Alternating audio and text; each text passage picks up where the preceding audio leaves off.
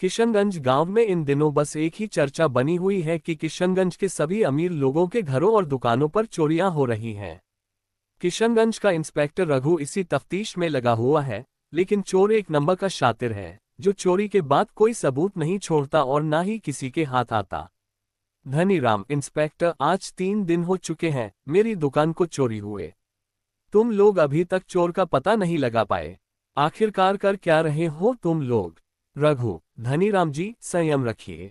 Police अपना काम कर रही है, जल्दी ही अपराधी हमारी गिरफ्त में होंगे।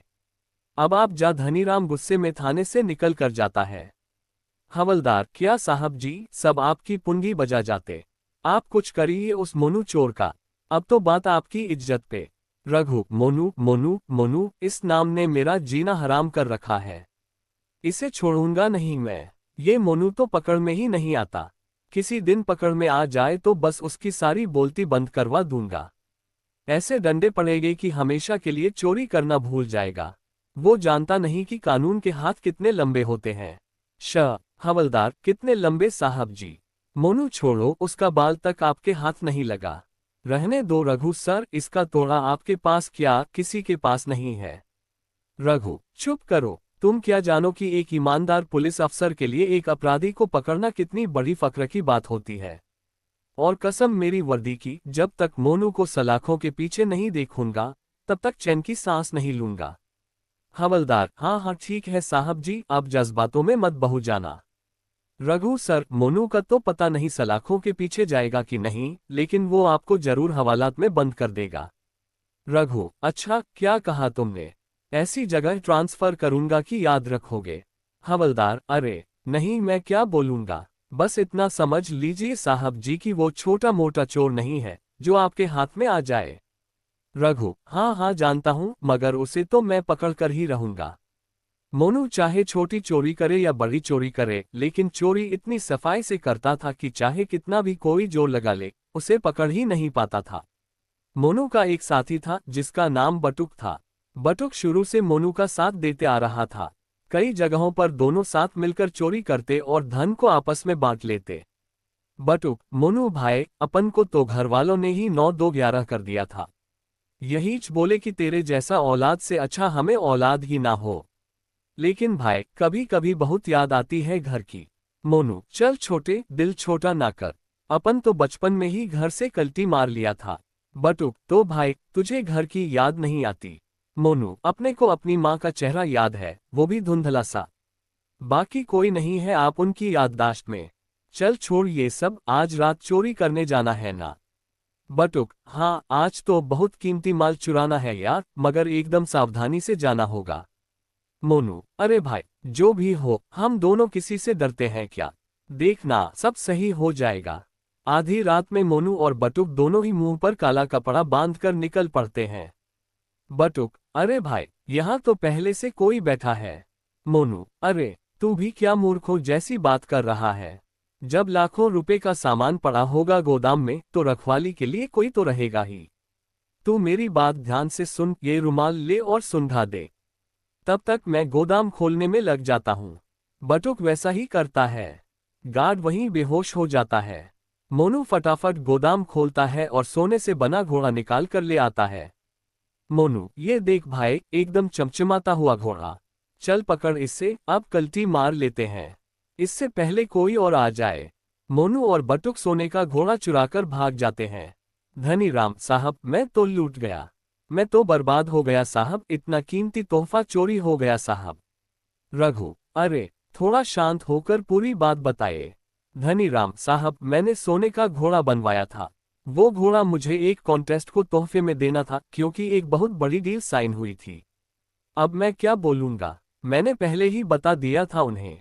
पता नहीं चोर को कैसे पता लग गया इसके बारे में। इसके बारे में तो मेरे घर वालों तक को भी नहीं पता था। रघु: हो ना हो, ये काम उस मोनू चोर का ही है। उसे तो मैं छोड़ूंगा नहीं, अब वो मेरे हाथ से नहीं बच पाएगा। बटुक: भाई, ये तो कमाल हो गया, हम तो मालामाल हो गए। और क्या चाहिए? लेकिन भाई, तुझे कैसे पता था कि उस आदमी के गोदाम में सोने का घोड़ा रखा हुआ था? मोनू: अपन के कुछ गुर्गे अपन के लिए खबरी का काम भी करते हैं, बस टाइम से उनको उनका हिस्सा मिल जाता है। ये तो बहुत छोटी सी चीज है। हम तो इससे भी बड़ी बड़ी चोरियां करेंगे, लेकिन अभी के लिए हमें इस घोड़े को छिपाकर रखना होगा। मौका मिलते ही हम इसे ठिकाने लगा देंगे। रघु मोनू को ढूंढने की बहुत कोशिश करता है, पर बहुत कोशिशों के बाद भी रघु को मोनू का ठिकाना नहीं मिलता। एक दिन मोनू मुंह पर कपड़ा बांधकर बाजार में निकलता है। मोनू, बहुत दिन बीत गया, कुछ चोरी नहीं किया। चलो आज कुछ चोरी करते हैं। मोनू देखता है कि एक सेठ गले में सोने की मोटी चेन पहनकर जा रहा है। मोनू, अच्छा, 900 चूहे खाकर बिल्ली हज को चली। मोटे सेठ ने पब्लिक को बहुत लूटा है, क्यों ना आज इस पर हाथ साफ किया जाए। उसे देखते ही मोनू तुरंत उसकी चेन खींचता है और भागने लगता है। सेठ, अरे पकड़ो कोई उस चोर को, मेरा सोना ले भाग गया। अरे मैं तो बर्बाद हो गया। हाय पकड़ो उसे। रघु वहीं से गुजर रहा होता है। वह मोनू के पीछे भागने लगता है। रघु, हाँ ये तो मोनू चोर लगता है, आज नहीं बच पाएगा। रुक जा मोनू, भागने की कोशिश मत करना। मोनू, आजा इंस्पेक्टर, आज लुका छुपी का खेल हो जाए। अपन को पकड़ना मुश्किल ही नहीं, नामुमकिन है रे। रघु, रुक जा मोनू, तू मेरे निशाने पर है, गोली मार दूंगा। मोनू, अबे चल हट, हवा आने दे। तभी अचानक मोनू देखता है कि एक बूढ़ा इंसान सड़क पर बेहोश पड़ा है। ये देखते ही मोनू रुक जाता है। वह उस बूढ़े आदमी के पास आता है। मोनू, अरे बाबा, क्या हुआ आपको बाबा? तभी रघु वहां पहुंच जाता है और मोनू को पकड़ लेता है। रघु, आज तो तू आ ही गया मेरे पकड़ में, अब तो तू सीधा थाने जाएगा। मोनू, मुझसे पहले इन बूढ़े बाबा को हॉस्पिटल पहुंचाओ। रघु, हवलदार, एम्बुलेंस को कॉल करो, इन बाबा को पास के हॉस्पिटल में पहुंचाओ। रघु, और आप तो थाने में तशरीफ ले चलो अपनी। रघु मोनू को पकड़ लेता है और उसे थाने लेकर आता है। मोनू, तुझे लगता है इंस्पेक्टर तू ज्यादा देर तक मुझे यहाँ रख पाएगा? बस देखते जा अपन क्या करता है। थाने में रघु के सिवा कोई और नहीं था। रघु मोनू को जेल में बंद करने लगा। तभी मोनू रघु की गर्दन पकड़ लेता है और रघु को जेल में बंद करके भाग जाता है। मोनू, हाँ भाई इंस्पेक्टर साहब, क्या था दिमाग में? अपन को पकड़कर प्रमोशन मिलेगा। चलो थोड़ा सा मजा हवालात का तुम भी चख लो। मोनू भागते हुए अपने ठिकाने पर आता है। बटुक, अरे मोनू, क्या हुआ भाई, इतना हाफते हाफते क्यों आ रहा है?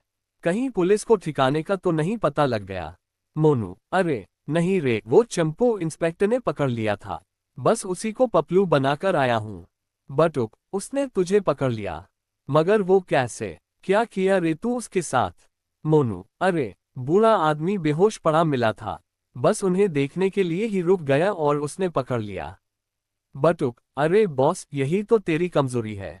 अच्छा छोड़ सब बात, बता अब कहाँ हाथ मारना है? मगर हम कर लेंगे तो समझ, आगे का लाइफ एकदम हीरो के माफिक गुजरेगा।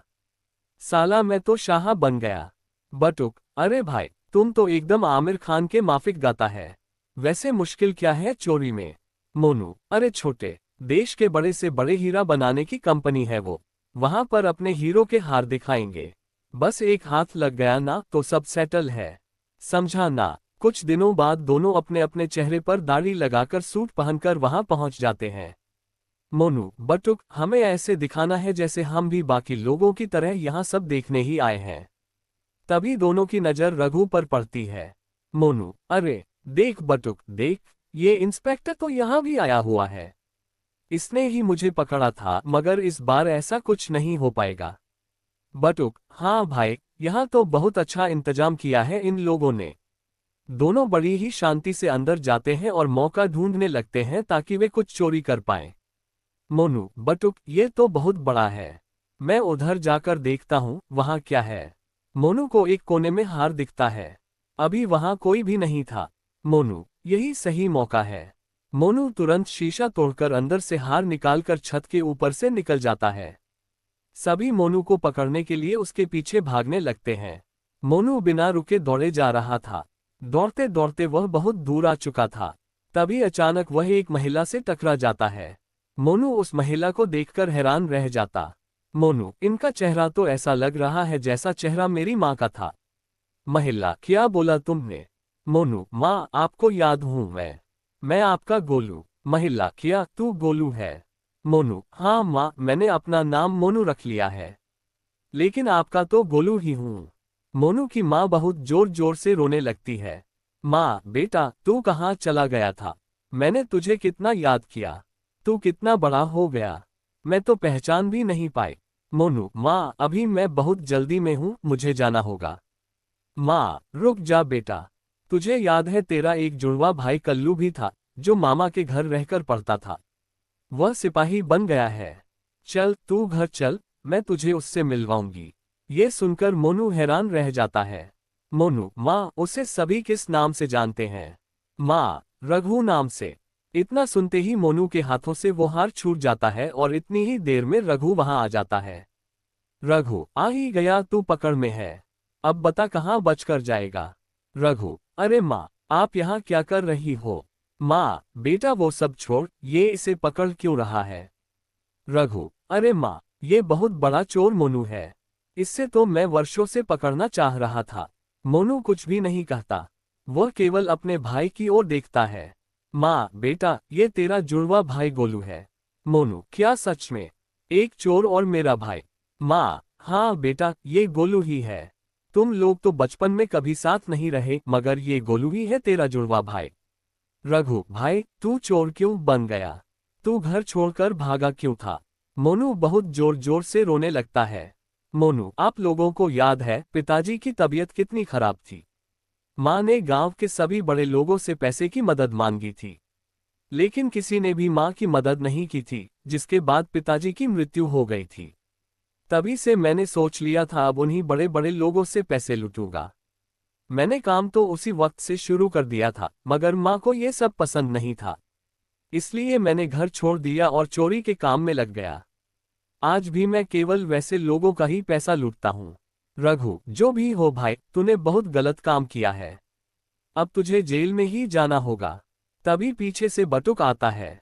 बटुक, यही नहीं मोनू भाई, पूरी बात तो बताओ अपनी माँ और भाई को।